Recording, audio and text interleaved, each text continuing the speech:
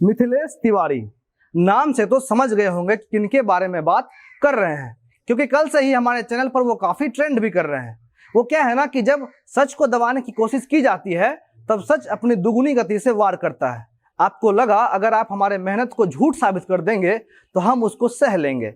ऐसा नहीं होगा सर, काहे कि जनता जंक्शन पत्रकारिता करता है, दलाली नहीं। और इसीलिए जब हमारा भाई समान साथी आपका करतूत देखा तो उसको बहुत दुख हुआ।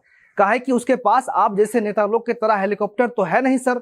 200 किलोमीटर मोटरसाइकिल चलाकर गया था उस बाढ़ को कवर करने के लिए, और आप वहां होकर भी नहीं गए थे। 200 किलोमीटर साइकिल पर बैठकर जाने से क्या होता है आपको पता है ना सर? पूरा दिन आदमी ठीक से बैठ भी नहीं पाता है, और आप 1 सेकेंड में उसको झूठा साबित कर दिए। पता है सर, हम सोए हुए थे जब हमको उठा के आपके करतूत के बारे में बताया। गुस्सा से लाल था, काहे कि आप उसके मेहनत को टीआरपी का टैग लगाकर दिखा दिए थे। उसके अंदर काफी चुल मचता है सर। हमको बोला कि हम जवाब देना चाहते हैं। हम काहे रोकते सर उसको? फिर वो अपने तरीके से आपको जवाब दिया, वो भी काफी विनम्रता के साथ। आपको मिथिलेश जी बोलकर। क्या बोल रहे हैं कि आप वहां गए थे?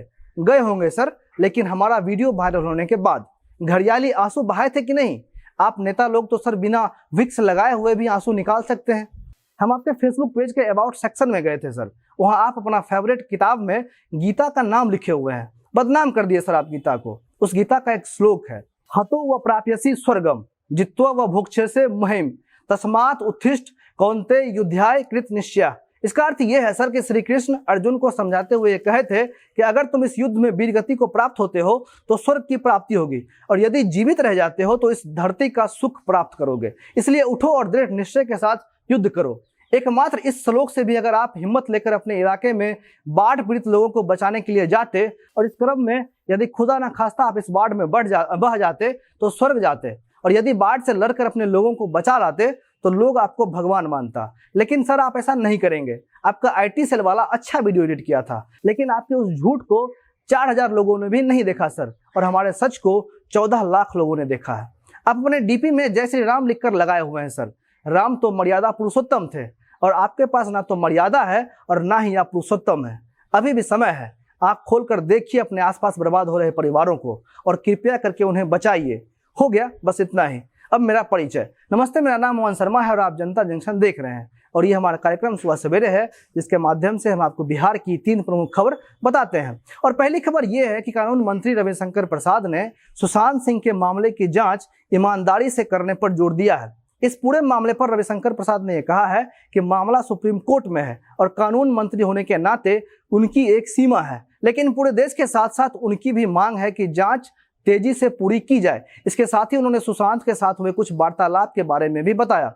उन्होंने कहा कि एनडीए 2 के शपथ ग्रहण समारोह में हमेशा चेहरे पर मुस्कान रखने वाला सुशांत उनसे मिला था, और कहा कि सर आप तो हमारे शहर से हैं तो कैसे नहीं पहचानेंगे। उसके बाद रविशंकर प्रसाद ने पूछा कि आप पटना में कहाँ रहते हैं। इस पर सुशांत ने जवाब दिया, सर राजीव नगर में। रविशंकर प्रसाद ने अपने इसी कार्यक्रम में बिहार विधानसभा चुनाव को देखते हुए गठबंधन में हो रही खटपट के बारे में बोलते हुए कहा कि उनकी पार्टी प्रदेश के सभी दलों का सम्मान करती है। इसका उदाहरण उन्होंने नरेंद्र मोदी से दिया। उन्होंने कहा कि 2014 में मोदी जी को अकेले बहुमत मिला था, 2019 में भी उससे बहुत बड़ा बहुमत मिला, लेकिन फिर भी मोदी सरकार ने सबको जगह दी। इसलिए बिहार में भी सभी घटक दलों को उनकी पार्टी सम्मान देती है। इसके बाद उन्होंने कहा कि गठबंधन धर्म निभाते हैं तो कुछ फायदे और कुछ नुकसान भी होते हैं, लेकिन उनकी पार्टी सभी घटक दलों को लेकर आगे बढ़ेगी, और इसलिए उनकी पार्टी नीतीश कुमार के साथ है। अब दूसरी खबर, देश के बहुचर्चित मुजफ्फरपुर बालिका गृह कांड मामले में अपनी अच्छी इन्वेस्टिगेशन के लिए केंद्रीय गृह मंत्रालय ने एक महिला इंस्पेक्टर को यूनियन होम मिनिस्ट्री अवार्ड के लिए चुना है। महिला का नाम है विभा कुमारी। विभा कुमारी के साथ एक एसपी, एक एसएसपी, 2 डीसीपी और 10 इंस्पेक्टर को भी यह पुरस्कार दिया जाएगा। विभा कुमारी इस वक्त पटना के एंटी करप्शन ब्यूरो में बतौर इंस्पेक्टर तैनात हैं। एंटी करप्शन ब्यूरो के ही एसपी ने उनके लिए इस पुरस्कार की अनुशंसा की थी।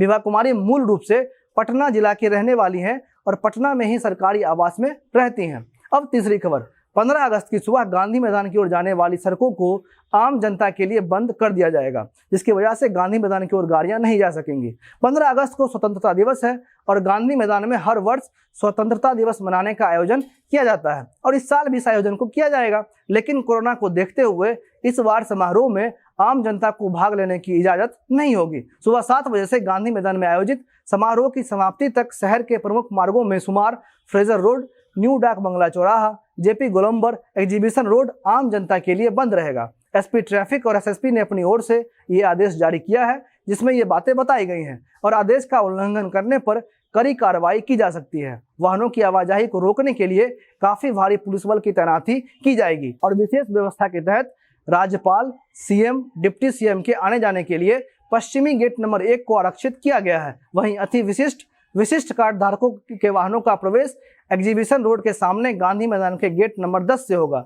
पटना जंक्शन से गांधी मैदान आने वाले ऑटो पटना जंक्शन, डाक बंगला चौराहा, भट्टाचार्य चौक होते हुए एग्जीबिशन रोड, बिग बाजार कटिंग तक ही आ सकेंगे। फिलहाल इस कार्यक्रम में बस इतना ही। आप जनता जंक्शन देख रहे थे। मेरा नाम अमन शर्मा है। बहुत बहुत धन्यवाद।